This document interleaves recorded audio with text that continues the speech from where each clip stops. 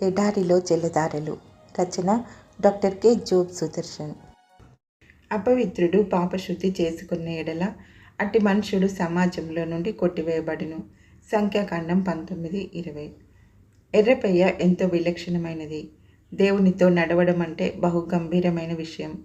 పాత నిబంధన పరిశుద్ధిలో ఎడతెగక దేవునితో నడిచిన వారు, దేవునికి ప్రియులు అయిన వారు బహు కొద్ది మంది మాత్రమే కనిపిస్తారు.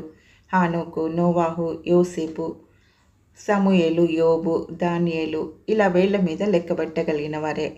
ఒప్పుకోకుండా దాచిపెట్టిన పాపం, పరిహారం జరగకుండా హృదయంలో కప్పి ఉంచిన కల్మషం ఉన్నవారు దేవుని పవిత్ర సన్నిధిలో ప్రవేశించడానికి అనర్హులు. అపవిత్రుడు పాపశుద్ధి చేసుకొనని ఎడల అట్టి మనుషుడు సమాజంలో నుండి కొట్టివేయబడును. 20వ వచనం. పరిశుద్ధత కోసం నా హృదయం పరితపించిపోతూ ఉంది.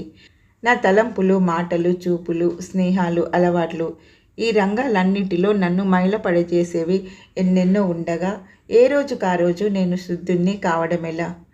ఒకవేళ తెలుసో తెలియకో ఏమరపాటునో పరిస్థితుల ప్రభావం వల్లనో మైలపడిపోయాము. అప్పుడేం చేయాలి?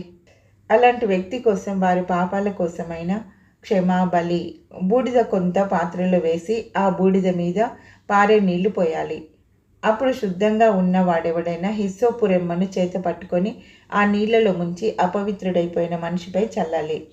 వాక్యంలో, ప్రార్థనలో ఎడతెగక ఉండే అనుభవం లోపించి ఏదో కల్మషం అంటించుకుంటాం.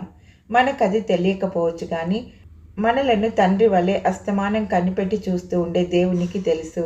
మన తప్పిదాన్ని ఆయన మన లెక్కలో చేర్చడు. ఎందుకంటే ఏనాడైతే మనం యేసుక్రీస్తుపై నమ్మకం ఉంచామో ఆనాడే ఆ తప్పిదాలన్నీ ఆయన లెక్కలో చేరిపోయాయి. అయితే మన తప్పిదం మనకు లోతుగా అర్థమయ్యేలా ఆత్మ ద్వారా ఆయన గద్దింపునిస్తాడు. మనం చేసిన పాపానికి మనకు శిక్ష లేదు గనుక దేవుడు మనల్ని మరింత కఠినంగా గద్దిస్తాడు.